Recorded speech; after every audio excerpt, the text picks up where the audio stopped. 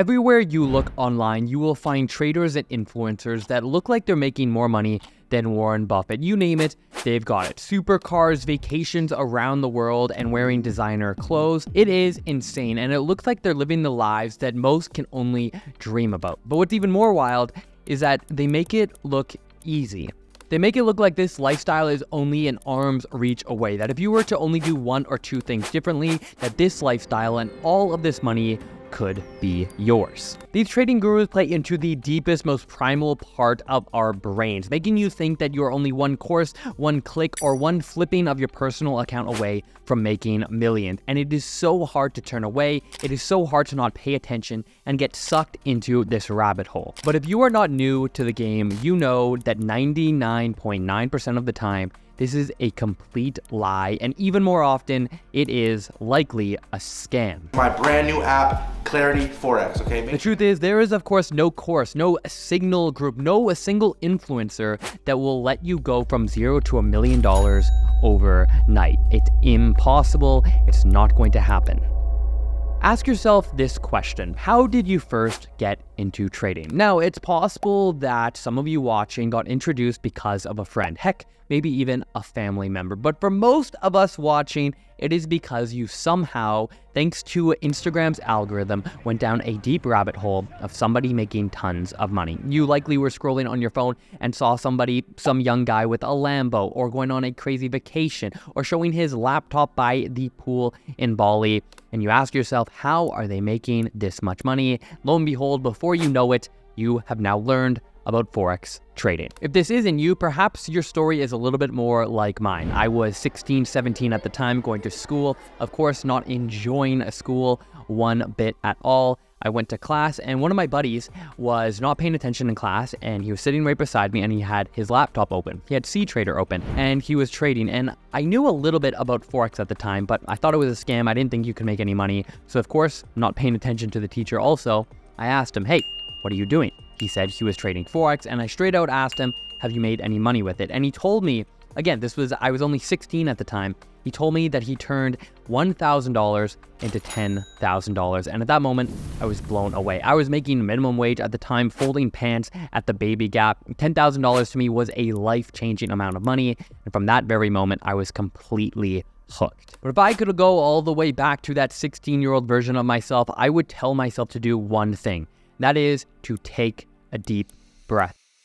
Ask yourself, all of these influencers and traders and everyone online with the Lambos, the cars, the money, the watches, the traveling, the woman, ask yourself, is it real? Could it not be real? Could it all be fake? Could it all be manufactured? And what is the likelihood that their money is coming from trading? The question to that is, well, I don't know. You see, I spent over $10,000 on Forex courses trying to learn because I always thought that there was a course or an influencer that was going to show me the path, that I was only one secret method away from making money. And I'm not going to speak ill on any specific influencer or course, because I always took something away from a course, whether it was learning something new or just learning that I didn't need that course. I had scratched my own itch. But I do wish that I could go back and ask myself, what's going on here? Are they truly making money from the markets, or are they making money from selling courses? Because if they're selling courses, again, there's nothing wrong with a course, but if somebody is convincing you that you can only be profitable with their system or their strategy or whatever, that is where the problem comes into play. And it's also a problem when they flex their lifestyle as a result of their trading profits, when really that is not what's funding their lifestyle, it's from their courses. You see, there's nothing inherently wrong with a course, but what is wrong is when influencers lead you to having misguided expectations, when they create false expectations. And it's important that you understand what I mean here. Let's start off with trading screenshots. Those classic screenshots that you will see on Instagram, both screenshots of MetaTrader accounts and screenshots of prop firm payouts. MetaTrader screenshots are literally everywhere on Instagram, and you can't not see them. You can't avoid them. Sometimes you'll see these profit screenshots of a few $100s, but other times you will see these screenshots of thousands and thousands of dollars, sometimes hundreds of thousands of dollars, which then at that point, you know, it's just a scam because it's comical at that point. But It's really, at the end of the day, easy to fake these screenshots, but if you're a new trader, you don't know that it's easy, and this is what leads you to creating the foundations of misguided expectations, of unrealistic expectations of what trading is all about. You see, obviously this is deceptive, posting MetaTrader screenshots that are from a demo account or fake funds or whatever it is, but even more importantly, forget the scammers and the liars.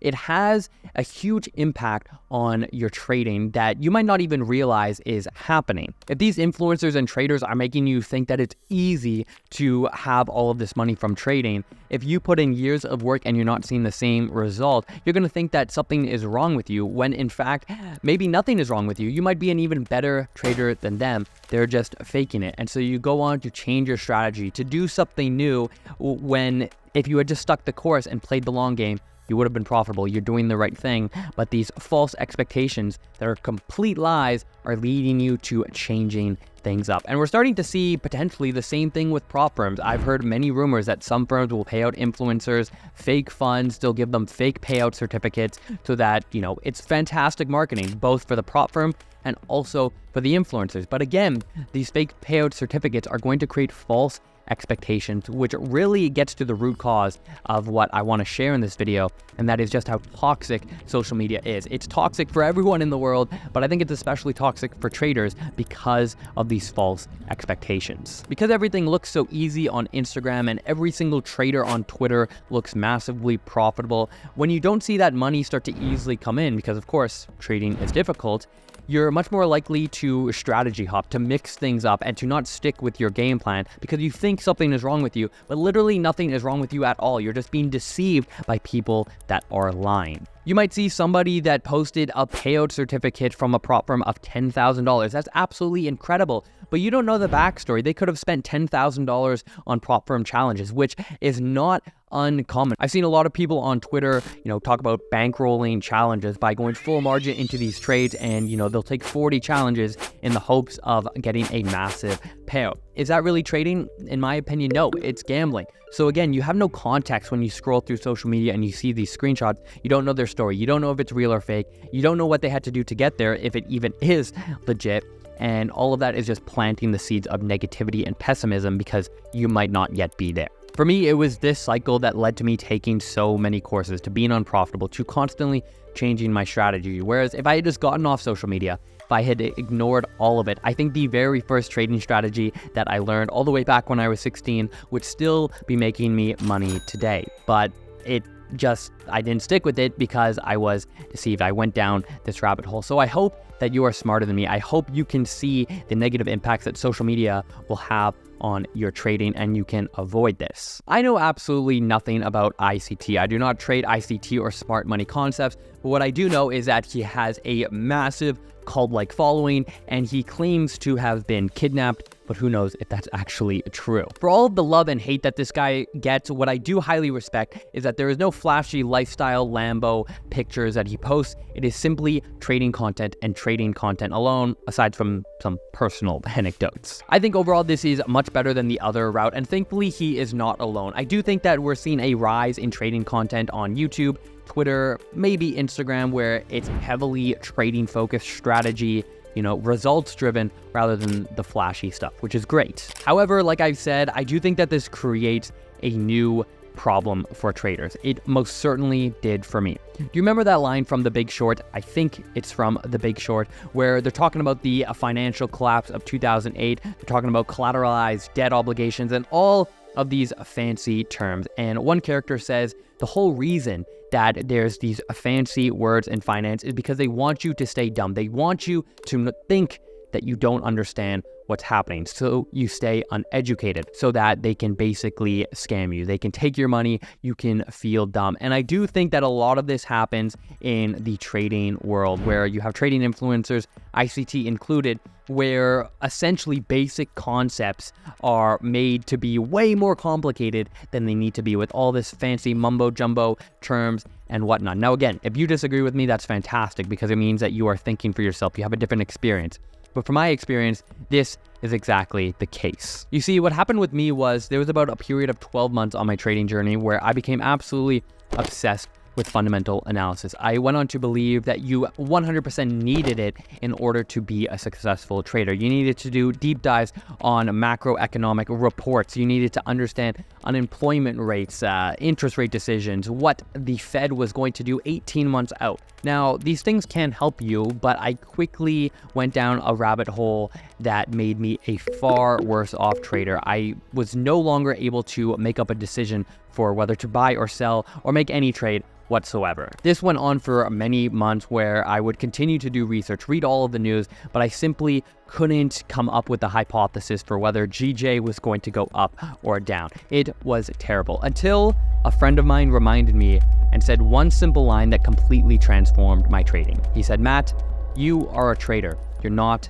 an analyst." And that line alone completely shifted the game for me. I think this happens a lot in trading when we go down these rabbit holes, especially those of us that just love the craft of trading for the sake of trading itself, where you want to learn as much as possible. But you go into such a deep rabbit hole that you forget that at the end of the day, you're pressing one of two buttons. You're either buying an asset or you are shorting an asset. And going into these rabbit holes, ICT included, I think sometimes will hold you back from fully realizing your potential and fully doing what it takes at the end of the day to make money. You're a trader, you're not an analyst. And this overall is the second issue that I think these influencers that don't focus on lifestyle picks, but focus on these endless content rabbit holes of trading posts. So the question is, at the end of the day, with the current state of social media as traders, how can we combat this? How can we find a solution? How can we be normal people and not become hermits and monks living off in a mountain? How can we use all of this information, know the risks that social media pose to become better traders?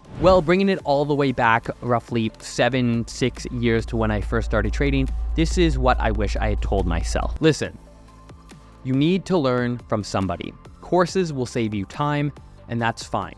But no matter what strategy you learn, it will only work with a large enough sample size. So here are some bullets that hopefully you'll find some value in. Once I had been trading for over 6 months, I would have told myself that backtesting is just a fancy form of procrastination. Measure in 100s. One trade doesn't matter. The next trade doesn't matter at all. You need to take at least 100 trades so you have a large enough sample size before you can make any single change in your trading strategy. Number 3, unrealistic expectations lead to unsustainable habits. From the very beginning, set the proper expectations. Allow yourself time to learn. Allow yourself time to play the long game. Number 4, don't allow somebody to sell you the idea that you are unprofitable and you cannot find success in trading unless you take their course, unless you learn their secret sauce or whatever it is. Number 5, trading is tough. No matter what you do, trading will always be difficult. However, it can be simple. These are all of the invaluable things that I wish I could have told my younger self when I first got into trading. I paid for these with both time and a ton of money, and so I hope that this video helped you save a little bit of both. However, if you are still struggling and feeling overwhelmed, that is completely normal, and that is why you want to watch this video here on why you cannot turn $1,000 into $100,000 from trading. Thanks for watching. We'll see you in the next one. Peace.